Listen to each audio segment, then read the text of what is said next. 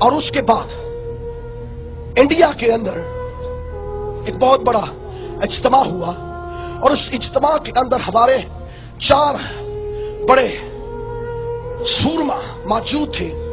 ان میں سے ایک کا میں ذکر کرنا چاہوں گا، اتنا وقت نہیں کہ میں ڈیٹیل میں جاؤں۔ ایس پی سنگھا صاحب وہاں موجود تھے۔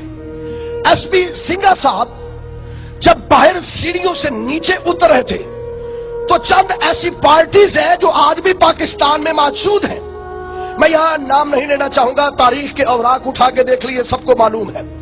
وہ پارٹیز وہاں موجود تھی، اور ایس پی سنگھا کو دیکھ کر کہتی ہے جو مانگے گا پاکستان اسے ملے گا قبرستان۔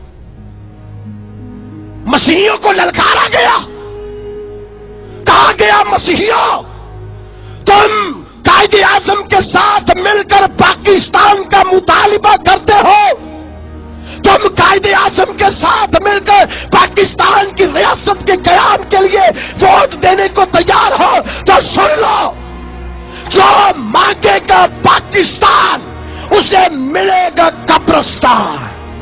ایس پی سنگھا انہی سیڑھیوں پر کھڑے ہوئے اور ان سارے لوگوں کے سامنے اعلان کیا سینے پہ گولی کھائیں گے، پاکستان بنائیں گے۔